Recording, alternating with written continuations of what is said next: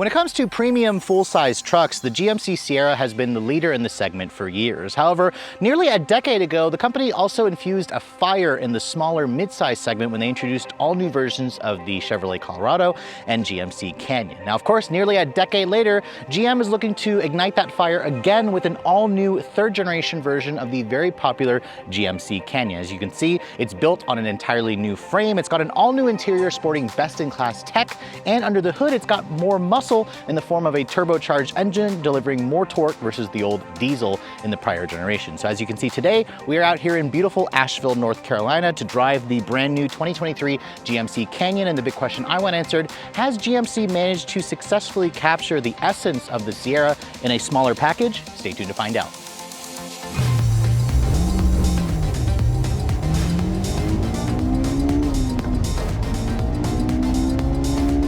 Now, before we start talking about the brand new style of the GMC Canyon, I figured I'd pop the hood and show you guys the new muscle that's underneath the hood. Now, the previous generation Canyon offered a choice of 3 different engines, 2 4-cylinders and a naturally aspirated V6. Sad to say that the V6 is gone, thanks to, of course, engine downsizing. What we have here instead is the 2.7-liter turbocharged 4-cylinder that's been pulled out of the Chevrolet Silverado and the GMC Sierra. However, unlike the Colorado Twin, which Chevy offers 3 different tunes of the engine, GMC said, hey, we are more of a premium brand, so we're going to take the most powerful version. So what this is, it's developing 310 horsepower and 430 pound-feet of torque. That's, of course, thanks to a turbocharger that's supplying about 20 pounds of boost pressure. If you guys remember my review of the Colorado on the base end, that offers around 10 psi of boost pressure. And if you're also noticing, the torque figure at 430 is a lot more versus what you got in the 2.8-liter diesel 4-cylinder, which had around 369 in the prior generation. And this also has 2 more horsepower versus the old 3.6-liter V6. It should make for excellent performance. It all goes out through an 8-speed automatic transmission, and you can take a pick between either 2-wheel drive or a full-time 4-wheel drive system. You can also go to a 4-wheel drive system that has electronic front and rear locking diffs. That's if you guys go for the AT4X. This model here is just the regular AT4, so it has a limited slip rear differential. In terms of fuel economy, it's rated to get around 17 in the city, 21 on the highway. If you guys go for the AT4X, it drops the highway figure by 1 mpg. This engine is rated to run on regular gas. GMC doesn't quote a 0 to 60 performance, but we'll get it out on the road. We'll see what we can get out in the real world. And in terms of towing capacity, this will tow a maximum of 7,700 pounds. It'll carry about up to 1,600 pounds of payload in the bed. And as this model here sits, the AT4 weighs in at just over 4,900 pounds. But let's go ahead and close up the hood, because the styling, I want to say, of the new Canyon is definitely among my favorite in this segment. As you guys know, there's a lot of new competition that's showing up in the mid-size truck segment. We first saw it on the Frontier. Now we saw it in the Colorado and the Canyon. There's also a new Tacoma. But I have to say, the front fascia of the new Canyon is really handsome. Compared to the Colorado, in which, you know, it shares a platform with, I personally think this is the better looking option. You can see the AT4 model has its own unique styling elements here, with the grille kind of having like a satin gray look to it with some black plastic. You can see the GMC logo there is loud and proud. It also has an AT4 badge over there. If you guys go for a Denali trim, it'll have more chrome with Denali badging as opposed to GMC. You can see the headlights also look really interesting. In fact, all Canyons, unlike the Colorado, which comes standard with halogen headlights, every Canyon, including the base elevation trim, comes with full LED headlights. You can see you have LED low and high beams, LED daytime running lights, LED turn signals, and then the AT4 and up trims will come with LED fog lights. So again, upgrade in terms of the lighting. This is all because the GMC is supposed to appeal to more of a premium audience. This color is also called the Deep Bronze Pearl Metallic. It's like a $500 upcharge. I think it looks really good, especially on the AT4 with its kind of darker appearance look with some of the different trim pieces. You can see, looking around the side profile, for those of you who liked the shorter cab configuration, like the extended cab where it's like a half door, I'm sad to say that just like the Colorado, this only comes in the crew cab configuration with the shorter 5-foot bed. GMC and Chevrolet basically said it was a business decision for them. Primarily, most people ended up buying this configuration, so this is all they offer. And they made it a little longer this year. Its wheelbase stretches at 131 1 inches long. That's about 3 inches longer than the prior generation, and its overall length is just shy of 213 inches long. That's about an inch longer than the prior generation. However, if you guys go for the AT4X Edition 1, that model is actually about 5 inches longer still because of the front and rear bumpers, which are different. In total, however, this is still about 20 inches shorter versus a Sierra. So if you want a smaller truck, this is obviously going to give that to you. All Canyons also come with the wider track and a 2-inch suspension lift. This AT4 model here, you can see, has the 2-inch suspension lift, which means you have around 9.6 inches of ground clearance, going all the way up to 10.7 inches if you guys are looking at the AT4X, thanks to that extra inch of ground clearance. This model here, you can see, has the standard 18-inch wheels on a 32-inch mud terrain tire. It's a 275/65 R18. You can also get a 20-inch wheel on the AT4, and if you guys go for the Denali trim for about $4,500, GMC will also throw in a 22-inch wheel. So again, there's a lot of upscale touches in here to show you that the company is serious about making this more like a miniaturized Sierra. Now, the AT4 model, you can see, has black painted side mirrors. You have a standard sunroof, which is a $1,000 upcharge if you guys want that. GMC does not offer a panoramic sunroof, which would have been nice to have. And you can see the rear doors and the overall proportion of this truck is just handsome. It's a traditional looking design to it, but I think it's going to do well, especially if you guys prefer or like the look of the prior generation. Now, looking at the rear, all Canyons will come standard with LED accented taillights. You can see the taillight is actually an LED. However, the turn signal is incandescent along with the reverse lights. It spells out GMC Canyon boldly at the rear of the vehicle along with an AT4 badge. You can also get a package that'll black out the badges. Keep in mind, if you have a Denali version, it'll also say Denali at the back as opposed to showing the GMC logos. You can see my tester here has the tow package, which will allow it to tow up to 7,700 pounds. That tow number drops to as low as 5,500 pounds if you guys go for the AT4X model. You can see there's also some nice little touches here, like the integrated steps in the actual rear bumper. You also get a damped tailgate, which is really nice. And then most of the upper models will have the multi-stow tailgate system, which means just like in the Colorado, there's a little bit of hidden storage in this area here, so you can kind of open this up. And this is around 45 inches long, and it's about 4 inches deep. It's also sealable. It's you can also use it as like a cooler. You can put dirty tools in here, or wet items, or muddy items and whatnot. And you can see my tester for an extra $500 also has the spray and bed liner, which I would highly recommend. This model here, payload capacity is around 1,500 pounds. It can go as low as around 1,300 pounds on certain trims of the AT4. AT4X. And then you can also get some options here for LED lighting. Remember, this is a 5-foot bed, so if you guys wanted a longer bed, like if you had the older generation, you're gonna have to go to a Sierra because GMC only offers one size bed in the Canyon. So moving on to the interior of the all-new Canyon. First, getting inside, I am inside the AT4 model. This is technically one notch above the base elevation trim. If you guys want a little bit nicer interior, there's also the Denali and the AT4X, which combines some of the luxury with the off-roadiness. However, for the one trim up the base, this is actually a really nice interior. Now, keep in mind, this also has some options to it. Now, getting in, shutting the door, you can hear it has a nice solid sounding thunk. I mentioned earlier this is built on a new frame, and you can see here's the key fob for the vehicle. This is GMC's current key fob. You can see it's an intelligent access key. It's got your usual buttons for lock, unlock, remote start. However, there's no remote tailgate pop feature, which I'm surprised to not see on this vehicle. I know you can get that on some of the competition, but the start stop button is right here. When you start it up, you can hear it has the usual typical GM bongs, which I don't love the bongs and the chimes of these vehicles. They're just kind of annoying. I kind of wish GMC and GM would do new chimes. But overall, you can see the cabin of the AT4 makes a really great first impression. In fact, if you guys saw my review of the Colorado, this interior looks practically the same. The only difference are the side vents in the front, whereas in the Chevy, you have circular vents for the passenger and for the driver, and the GMC, you have kind of a squared off vent. But other than that, everything else is pretty much standard stuff. I will say, however, for a truck that's supposed to be more premium, there is a good amount of hard touch plastic in here. There's hard touch around the door panel, which if you're also in the higher trims, it's the same thing. It is padded down here where you'd rest your elbow. I also love this color combination where it's like black with a teak brown two-tone look to it.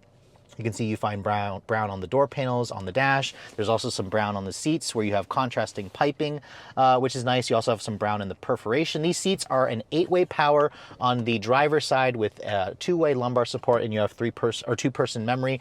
Just a 4-way power on the passenger side. They're also heated and ventilated seats, which is surprising to me to find in this trim level. Remember, there was a time where this segment of vehicle didn't really have those upscale touches. And then in terms of the rest of the dash, you can see this upper portion here is a hard touch plastic material. You have some kind of silver painted plastic with a carbon fiber look plastic with this really nice padded leather with the stitching on this area here. Now keep in mind, if you guys are looking at the Denali, you'll have a laser etched wood, a genuine wood grain trim, which will also make the cabin look a lot nicer. The AT4X model has like this kind of interesting two-tone of a gray and a black with red accents to kind of show its sportier intentions. You also get a 6-inch heads-up display, even on this AT4 model. That is optional, part of a technology package. And then the steering wheel, you can see it's got a manual tilt and telescoping. Now I remember on baser versions of the Colorado, it actually lacks a tilt wheel, which is optional. But as you can see with the GMC, it's going to be standard. You have your usual buttons, of course, for your heated steering wheel. You have your cruise control switches. This model here is missing adaptive cruise control. That's part of a technology package, which is going to be standard on the higher trims. And then there's also a button right here where you can adjust the instrument panel. Now this model here has an 8-inch instrument panel display. Now if you guys go for a Denali and up trim, you'll have an 11-inch display. Now you can see with the 8-inch display, there's basically like unused areas here on both sides, but you can still kind of customize the way this looks to show a tachometer, a speedometer. I definitely prefer the look of the larger 11-inch screen in the Denali. It just makes it look a little bit more upscale, but this is still also very nice, and it's nice how GMC still lets you customize it. Even the base version also comes with this 11-inch infotainment system. This is, of course, their latest infotainment system with wireless Apple CarPlay, Android Auto, over-the-air updates. You can see it also has Google built in, where you can use Google voice commands. My phone is connected wirelessly, and it looks really good. It's actually the largest screen in the industry for now, until Toyota eventually decides to show us the new Tacoma, which will be happening in May as well. But overall, I like this infotainment system. I think it is very easy to use. However, if you also notice, just like in the Chevy, your headlight controls are now in the screen here. So if you want to activate the headlights on the vehicle, most of you are going to leave it in the automatic function. You won't even touch it. However, if you want to get to like the fog lights, for example, you have to go into the screen. There's no actual control, physical control on the dash or on the turn signal stalk. That's probably most likely going to be a cost-cutting measure. In terms of the rest of the GPS here, you can see there's your Google Maps built into the vehicle. It's also very quick and snappy and responsive. It looks just like what you're going to find on your computer. So this is, again, making it for one of the better infotainment systems in the industry. When I put the vehicle into reverse, you can see there's your backup camera. It also offers nice trailer cameras. It also offers a full 360 camera where you can see where the wheels are going if you guys are parking on a parallel parking the vehicle. And then you can also do a top-down view. You can also turn on and off your parking sensors and your trajectory lines. And GMC also offers the option to get cameras underneath the vehicle where you can add up to like 5 different views underneath the vehicle along with this trailer view. So again, lots of great technology that's going to be useful to a lot of truck buyers who actually plan to do truck things, and it just makes parking a vehicle like this a little bit easier as well.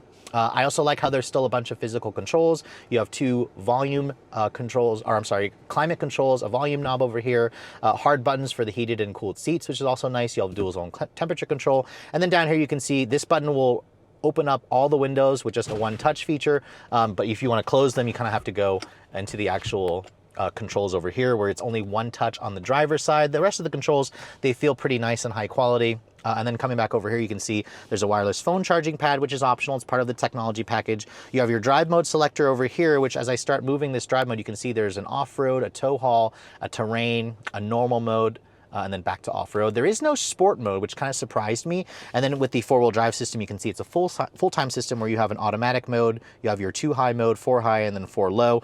AT4X models will also include a locking front and rear diff, which this model doesn't include. Traditional shifter for the 8-speed automatic. You can see it also has a low mode, and you also have a manual shift mode here via these little toggles. No paddles on the wheel, but there's a lot of piano black plastic, a electronic parking brake here, and then your cup holders, you can see pretty standard size. It is nice, however, that they improved the storage because the prior generation had a smartphone holder that was a little bit too small for today's larger smartphones. You can see there's also a padded center console here, and if you open this up, you can see it's got another shelf over here, and then if you pull that out. It has an actual power outlet in there with a pretty deep amount of storage, 2 USB charging ports, an A and a C, which again is pretty nice to have. And then in terms of the glove box, you can see it kind of just cheaply falls, but it's a bin style. It's not damped or lined with felt, but it offers a pretty good amount of usability in terms of size. You can see there's also an auto dimming rear view mirror here. I don't believe GMC offers the option of a digital camera rear view mirror. I didn't see that in any of the models I was testing. And you can see here, surprised to see this is not LED for the map lighting. And then over here, you can see the sunroof has just a manual shade that opens and closes. You can also open this entirely, which is nice. But again, if you guys are looking for a pano roof, which you technically can't even find in this segment yet, GMC doesn't offer it, but this sunroof here is about $1,000 extra.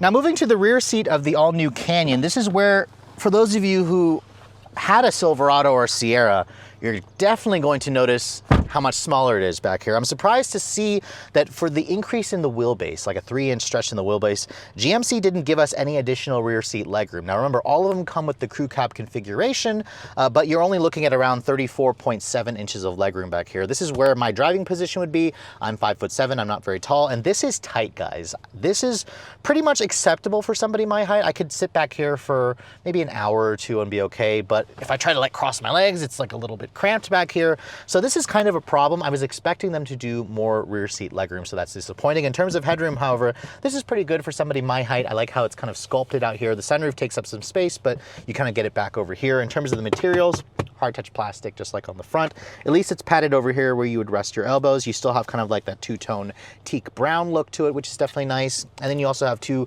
storage compartments over here. You have cup holders, you have rear seat air vents, which is nice. You have 2 USB charging ports, and then down here you can see there's also an actual household power outlet, which is nice. If you fold this down here, you can see there's an armrest that gives you 2 cup holders. And then the higher end models, most of them should come with this kind of sliding rear window, which is not power, which you can get on some competitors, but on this model here, you can see it's just manual. Now, I also want to show you underneath this seat. I forgot to do that when I first got in. You can see there's a lever here. Just pull this lever and that will allow you to fold the seat up. You'll find a little bit of storage over here. It's not lockable or like a hidden area. Well, it's technically a hidden area, but some trucks also offer a lockable storage area. But overall, you can see the back seat of the Canyon is fine for average size adults, but if you guys need more space, just keep in mind the Sierra offers about 9 inches more legroom in the back seat. So nearly a decade ago, GM really lit a fire into the smaller mid-sized truck segment with the all-new Colorado and the Canyon. And for 2023, the company is trying to do that again. Now, I first had a chance to drive this chassis, this new truck frame, in the Colorado a few months ago. The Canyon, however, is the one that you're going to want if you prefer the more luxury orientings. Now, the Denali that I'm sitting in here isn't necessarily the most expensive version, but unlike the Chevy twin, this comes standard with the high output version of the 2.7 liter turbo 4, which means we have 310 horsepower, 430 pound-feet of torque. Now, when I tested a 0 to 60 in California for the Chevy, I got 7.1 seconds, which I found to be a little on the slow side. So now that we've gotten the Denali version of the Canyon, let's go ahead and see what we can get in our testing here in North Carolina. We'll brake torque it and let's see what we can get.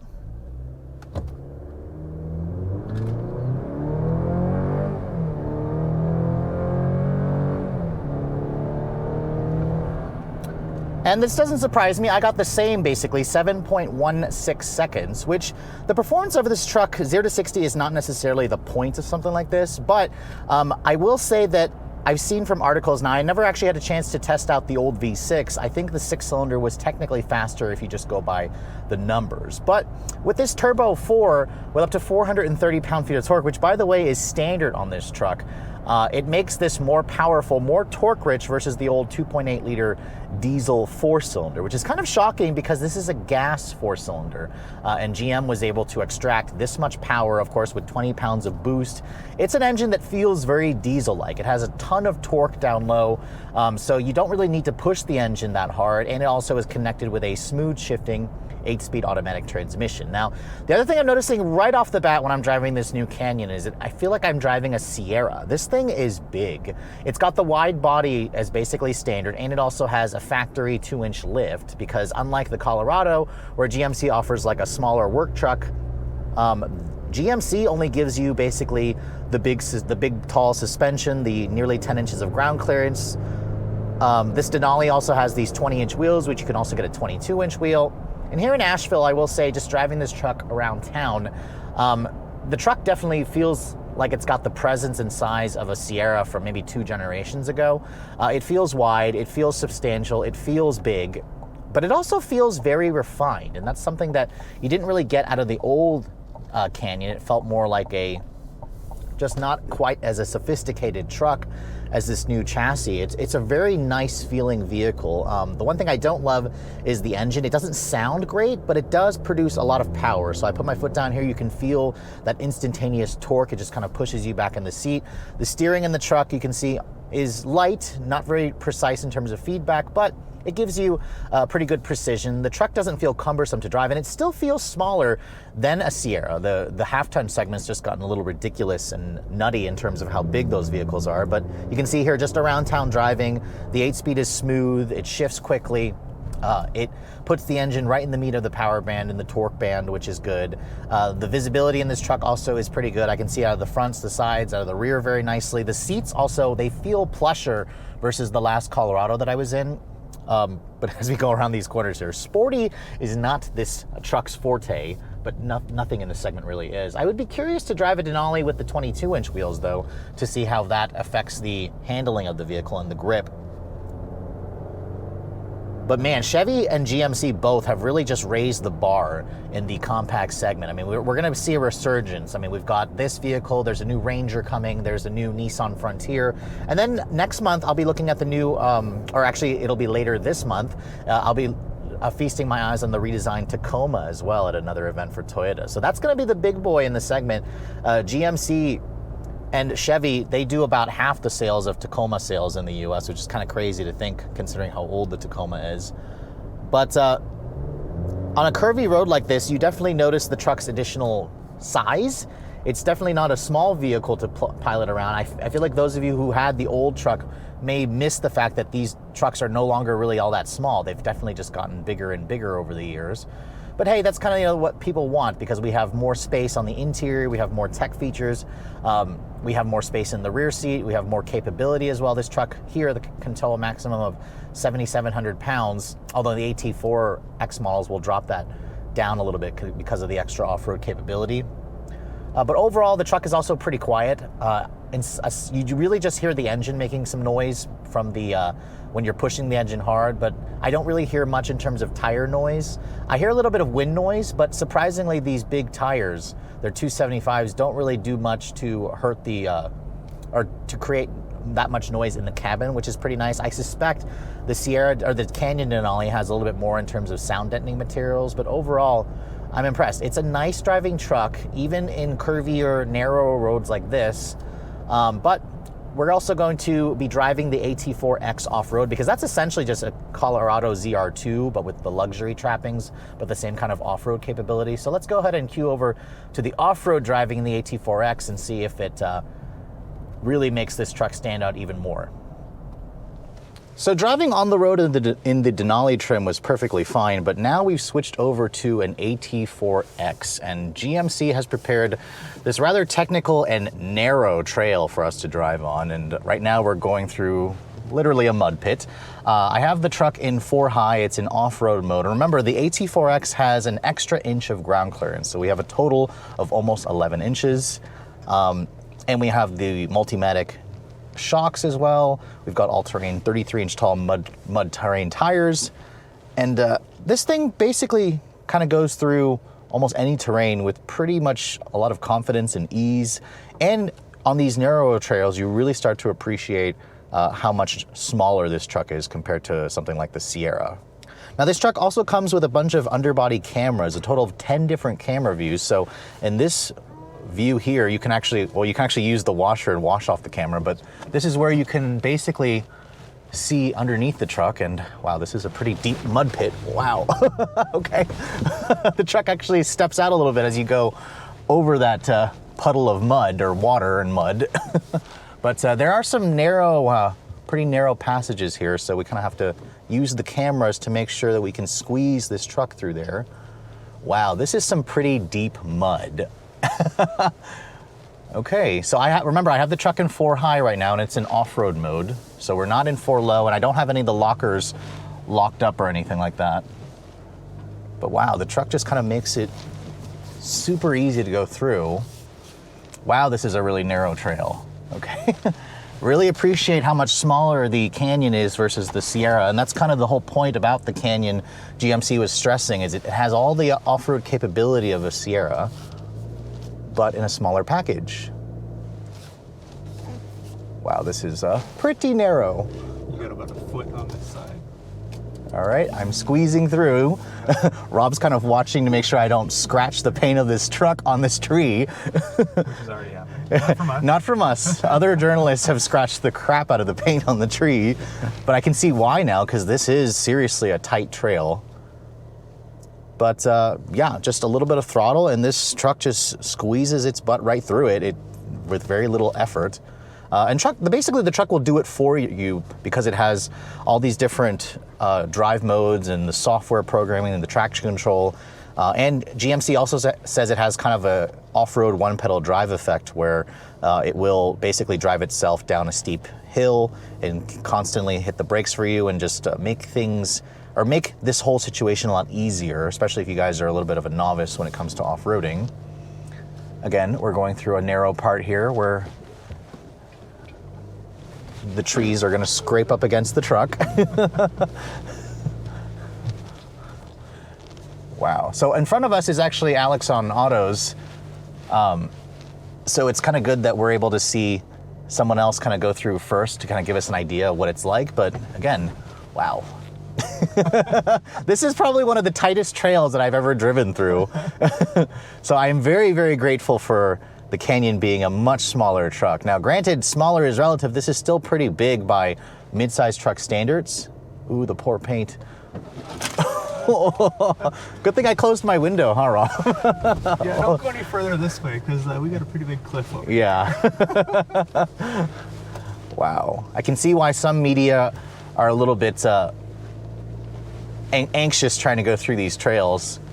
Whew. All right. Camera views, again, are helping tremendously,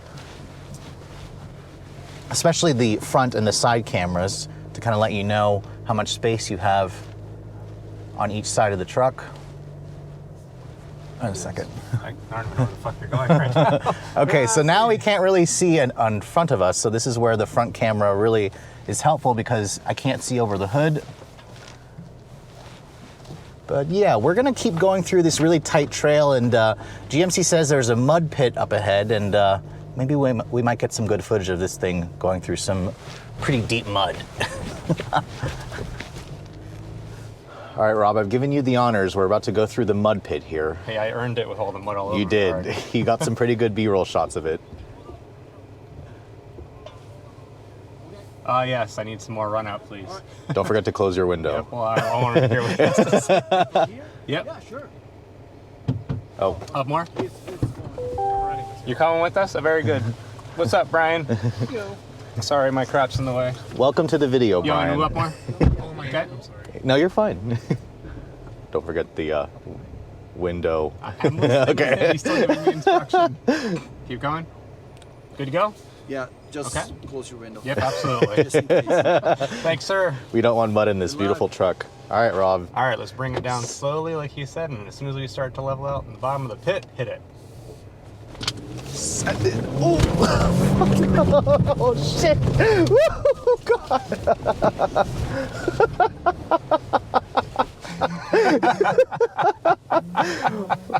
Sorry about your head back there. You were buckled. Brian wasn't even buckled in. Say hello, Brian. You're in the shot. Good job, Rob. It can drive downhill into mud. Yes. Yay. I see.